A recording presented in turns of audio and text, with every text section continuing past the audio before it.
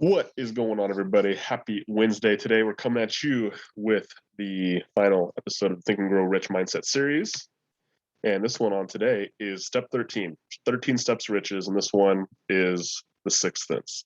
And so this one's really exciting because that's actually a culmination of all the other 12 steps combined into to one big thing, which is basically your sixth sense. And this is a little different than the movie, but at the same time, very similar. So let's go ahead and before we dive in, we have a awesome co-host on here today, Mr. John Bodner. So if you want to, John, go ahead and drop to the people who you are, and let's get rock and roll. All right. Well, my name is John Bodnar, and I am now I get to say I am the CEO of BSB Wealthy Body Coaching. Really excited about that. And my purpose in life, why you should listen to me, is because I specialize in teaching myself and others how to make decisions for themselves that actually benefit their lives and help you create the life that you really want. And not the one you think you want, but the one that you need, rather. And so a big part in doing that is by using your sixth sense in order to make decisions, in order to make it easier to make good decisions. And so I'm just really excited to talk about it today. It's fun stuff. Let's go. It all came down to this. This is the Super Bowl of this series. So what is the sixth sense? And so from the Think and Grow Rich book, the sixth sense is that portion of the subconscious mind which has been referred to as the creative imagination. It has also been referred to as the receiving set through which ideas, plans, and thoughts flash in the mind. And the flashes are sometimes called hunches or even inspirations. So John, go ahead and lead this one off. When you see that, summarize that, how you perceive that. The word that comes to mind for me, using my sixth sense, is intuition. You know, when people say trust your gut, trust your intuition, that is what this truly is. Yeah. You know, like, have you ever been at a drinking fountain or something, and you just know that somebody's watching you from 10 feet away, waiting for you to get off of it, but you don't know why you know that? That's intuition. That's also observation. There are a million different examples for what intuition is, but really all three of those definitions, I believe, come back to intuition. And so now it's a matter of saying, okay, how do we access our intuition? How do we train our intuition to be even better? And how do we train ourselves to be willing to act on our intuition? And I think that's how I see it actually is very much a skill. So I think the misconception, the misnomer is that the sixth sense is something we're born with, because the five other senses we actually are born with, right? We're born with smell, vision, hearing, touch, taste. I don't know if I'm missing one, but the sixth sense is actually one. And by the way, all those other ones can be trained as well. Like you can train your sniffer, you can train your hearing, you can train your eyes, and you can train all your senses. But most people think of those as just like inherently, like you're born with good vision, you're born with good hearing. And the sixth sense is very much something that is definitely something that can be trained, and it needs to be trained.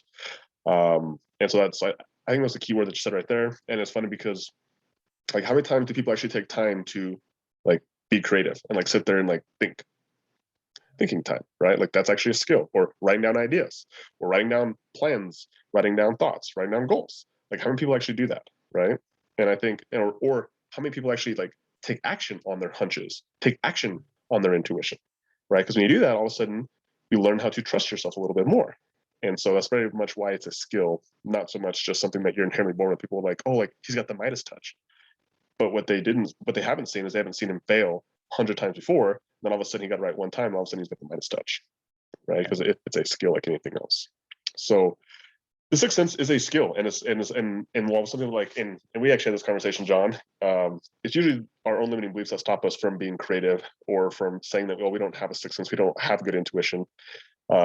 That's a limiting belief, and it's literally just like the story you tell yourself. Because the moment you switch that belief and you start to tell yourself, well, you know, I am creative, you know, I do trust myself, I do trust my intuition. Well, guess what? All of a sudden, it starts to become a asset for you rather than a liability. 100%. And perhaps ironically, one of the best ways to train your intuition, your subconscious, is by being conscious, is by being present. Is when if you're one of those people like I used to be, just on my phone all the time, just being mindless, you know, not necessarily doing anything weird on it, but just doing everything in my power to not think. Yeah. And you'd think like your subconscious would still be reaching you, still be active, because you don't need to be conscious for your subconscious to work, but you do need to be conscious in order to hear it, in order to hear your intuition, in order to even trust it in the first place. And let's be real too, sometimes it's screaming at you to start doing the thing that you know that you're supposed to be doing or could be doing, and yet we find ourselves ignoring it from time to time, some of us more than others. So point of this is, in order to train your subconscious and to gain the skill of having a powerful intuition that you can trust, you have to practice being conscious first. And a lot of that, as you just mentioned, is by getting rid of distractions, whether it be, you know, certain things on phone, certain things on your computer, certain things on TV, maybe it's even certain habits that you have, you know, outside of technology as well. Those are like that are distractions away from what you actually want to do / need to do to get where you want in life. Whether again that's health, wealth, relationships, or like whatever it is that, or like wherever you're going in life, essentially. So, all right, let's move on to the next slide here. So, the sixth sense is probably the medium of contact between finite mind of man and infinite intelligence. And for this reason, is a mixture of both mental and spiritual. So, understanding of the sixth sense comes only by meditation through mind development from within. And then this is exactly what we talked about in the previous slide, but for that last piece, anyways, like it comes from practice, it comes from skill, it comes from you practicing meditation, which is thinking, right? And it's not just something that happens, quote unquote, naturally, right? And the first sense, like the medium contact between finite man and infinite intelligence, that's like really when you're able to create something in your imagination, in your mind, that isn't necessarily in the ethereal world, right? Like you can't actually touch it and feel it, but you create it up here first, and then somehow you're able to turn it from a thought into a thing in the real life, and that's what that's essentially what the sixth sense is, like bridging that gap between what's up here to like how you put it out here, right? And sometimes that's something that can happen like in a moment when it comes like you can change a belief, which is really cool in a moment. You can change words in a moment. You can change an action in a moment. And then sometimes things take a little bit longer, whether you want to change your body, whether you want to change your financial position, whether you want to change your inner circle, your relationships, whether you want to change your environment. Like some of those things do take time. And that's where it goes back to one of the former podcasts we talked about, which is understanding law of gestation, which like the bigger the goal, like the bigger the thing you want to change, the longer that the timeline's going to be, right? So like if you want something really big, it's going to take a lot more time. Whereas if you want like some smaller goals, like it could literally happen in a moment, in an instance, in a decision. So that's what I see at this slide. But John, what are your thoughts on it? I actually have a visualization for it that I just came up with. I was thinking about it while you were talking. So the way I see it is this isn't going to make any geographical or real sense, but we'll say it anyway. Let's say up in the mountains, that's where our oceans are up in the mountains. So that's our subconscious mind full of, well, infinite intelligence, right? And then we have a stream that goes into different like ponds that come from the oceans. And so the medium of contact there is that stream. So if you're not practicing consciousness, if you're not practicing meditation, you'll have a dam in all of those streams, and it's never going to actually reach that pool that you want. And so by opening that dam, by being willing to face reality, by being willing to work on meditation and practice intuition, then you're opening up those streams, and therefore the pool of consciousness that we're talking about will grow, and you can take the ideas from this intangible world and put them into the real one, like you were saying. So a lot of it is, well, not a lot of it, all of it is the willingness and the desire and the understanding that you get to work on these things. You got to work on these things. You got to practice this if you truly want to get to where you want to be. This is what it takes. If you're not, especially if you don't believe you can get there. If you don't believe you can get there, you won't. Yeah, I see this as being like actually easily summarized with our previous series, which was the limitless book mindset and all the laws of conscious creation. And I think that's actually a great way to like, that's actually how I see the sixth sense being, is like when you add all those laws together, you basically create this sixth sense, right? Because like what you talked about is like faith, law of faith. We talked about law of gestation before, and I think a lot of those laws apply to obviously law of intuition. A lot of those laws apply to what we call the sixth sense, is just being able to, and and then to go to the spiritual aspect as well. This is like a unique thing I've only heard from one guy named Russell Brunson. like super successful entrepreneur, and he talks about how he's like these thoughts that we get, these things of inspiration, these things of like these ideas. He's like, that's actually aren't our ideas. He's like, they're actually sent from God, right? Or they're sent from like of a higher power to send to you because you were put on this earth. Like that was your like that was your mission in life, is for you to solve this problem. And so like these hunches, these ideas, like they're actually from a higher power. And I thought that was actually really interesting how he said that as well. Is like sometimes we think of it like there are ideas and there are thoughts. We take a lot of responsibility, and sometimes like there is a higher power. Like there is things outside of our control. And I think that was actually really powerful as well. And as long as you're focused on what your mission is, like what is your purpose in life, all of a sudden like these ideas, like they'll be fed to you, because number one, you'll be looking for them. But again, if that's your purpose on this planet, then you know, whatever you believe in upstairs, like it will also like give you the clues for you to be able to put it together, to take action, and to serve your mission on the planet. So Agreed. And let's say you don't think that there is any sort of higher power, which I've talked to you. Most people believe there's something, but let's, for argument's sake, let's say there's nothing, or you don't believe there's anything. Even then, if you treat these ideas as though they do come from a higher power, you are going to be more likely to act on them and to believe in them even stronger. yeah, So worst case scenario, you act on something that came from yourself in the first place, which is still a really good scenario. So again, treat them like they come from a higher power, even if you don't believe that they do, because you'll be better off for it. all right, and then go to the last slide here. So through the aid of the sixth sense, you'll be warned of impeding dangers in time to avoid them, notified of opportunities in time to embrace them. That comes to your aid and to your bidding with the development of a sixth sense, a guardian angel who will open to you at all times to the temple of wisdom. And this whole thing just reminds me of two stories from the Limitless book, actually. And the first one is that by nature, we're very like, we are always looking for the tiger in the bushes, right? We're always looking for the tiger in the bushes. And there's basically two mistakes we can make. Number one, we can make the mistake that there is a tiger in the bush, and there's nothing there. Or we can make the second mistake that there's a tiger in the bush, but we don't think one's there, right? The first one we want to make 1,000 times over again, because it will never, like, it won't hurt us. But the second one we never want to make, because even one time making that mistake, like it'll end our life, right? And so that's what I think about the ideas of impending dangers. And so with that, it's really like using our sixth sense to like recognize when we put ourselves in dangerous situations. And in our day in life, I wouldn't say there's a ton of situations where there's so much life and death, but we still have fear. Like there's still risk involved. And the majority of it around is usually like health or status or love.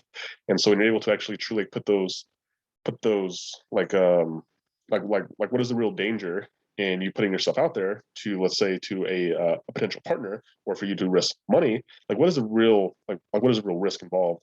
And when you're able to actually break it down into logic, you start to realize that a lot of things that we're in fear of, like they're just really not that, like there's not really a big downside. Like this, it's not life and death, right? And so understanding that, like, that's what our sixth sense is telling us, like this is risky, but then we're able to logically pull ourselves into a situation like, okay, like there's actually not a lot of risk here versus what the reward could be. So like I'm willing to take this risk, I'm willing to take that bet every single time, because you're doing your opportunity cost, right? And then the last thing that I think of from that book is, so when it's like the very last sentence, like there comes to your aid to do with the development of sixth sense, a guardian angel who will open to you at all times a temple of wisdom. And so what Chris talks about in that book is that, this comes back to the law of intuition, is that you always have the answer. Like a lot of times we don't take action because we don't know enough, because we're not sure what the outcome is going to be. And that may all be true, but most people will say that, oh, well, I don't know what to do next. I don't know what the first step is. But if you actually sit there and you just literally ask yourself the question, like, what is the next, like, what is the first thing I need to do? What's the next step I need to take? Like, what's the action, right? Which is one of my new mantras. What's the action? When you actually ask yourself that question and you listen for that answer from your sixth sense, from your intuition, from your subconscious, from model suggestion, like whatever it is you want to call it, be able to listen to that answer and trust that answer. That is what wisdom is, right? You always have answer. And I actually heard it said really well today, and I hope I can remember exactly what he said in the book. It was talked about basically making decisions, and he's like essentially it came out to like, even the worst, like making the decision is the right decision, not making a decision is the worst decision, right? Even when you make a decision, it doesn't try to do the right outcome. At least you made the decision, and it gets you closer to your goal. Where not making a decision gets you nowhere closer to your goal, and you don't get any close, and like, you have no chance of moving forward on your goal. And so that's not even at all what he said, but that's what was the concept I took from it. So, but anyway, John, your thoughts on these two tidbits from the book? Well, I love what you said about you always have the answer or an answer at the very least, because it's completely true.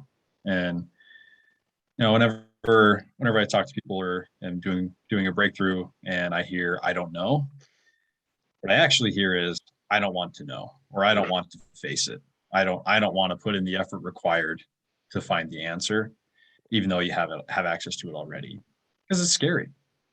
Talking about your misassessment of risk, we say we think we're going to die if we acknowledge our faults or if we acknowledge action that we need to take. And over time, when you practice, we've said ad nauseum at this point, when you practice your intuition, when you practice decision making, eventually the answers do come to you and you accept them. You accept them and say, okay, I have the answer. Now I will do something with it. That doesn't mean you got really any more knowledge than you had before necessarily, but it does mean you are willing to receive the knowledge that you already have. And when you do that, you're going to feel like a freaking genius, like whether it's an emotional genius or any other kind of genius, because all of a sudden you just have all the answers in the entire world and you're willing to do something with them. And you get all these cool things in your life, whether it be tangible or intangible. And that's what it means to be open at all times to the temple of wisdom. And notice it doesn't say you create a temple of wisdom. It'll open to you. You have access to it now, but it's always there. The highest version of yourself is always there. The sinless version of yourself is always there. You just need to understand and put in the effort required to access it. That's what I see. It's really powerful. So like when I hear that, it's like everything that you want in life you already have. It's just you need to find ways to access it. So it's not like you have to create yourself to be a millionaire. You have to create yourself somebody who is a wealthy body, a fit body. You have to create somebody who's an extrovert. It's like it's already within you. You just got to find the right door. You got to find the path to open it up, but it's already inside you. Everything you need, you were actually born with, which is like something as a human being that we were super blessed with. Actually, we were born with the skills, and so like we talked about the five senses, like we were born with those skills. You can get them better. Like we were like same thing with the sixth sense. Like you were born with this sense. Now it's just a matter of finding the door to access it, to make it something that you're conscious of, and it becomes an asset to you. Mm-hmm. So absolutely, exactly how I see it. All right. Any other final thoughts on the sixth sense? Not for me. I think that's the most important piece to leave it on. Yeah. And so definitely recommend if you're watching this episode, go back and watch the previous ones. And then like this one literally culminates all of them together. And we just went over the 13 steps to create riches. And again, riches isn't just in monetary terms, it's in time, it's in relationships, it's in health. And when you're saying like what riches actually is and what wealth is, they start playing the game right. And me and John, we know so many people who have dedicated their lives to just making money, but they fail to actually make sure that they're in good health when they get money, or that they have good relationships, or they have a good relationship with themselves. And so like money without love, money without health is literally the most depressing and sad thing in the world, because once you have money, you realize that like it is actually not, it doesn't make you happy, it doesn't make you feel good.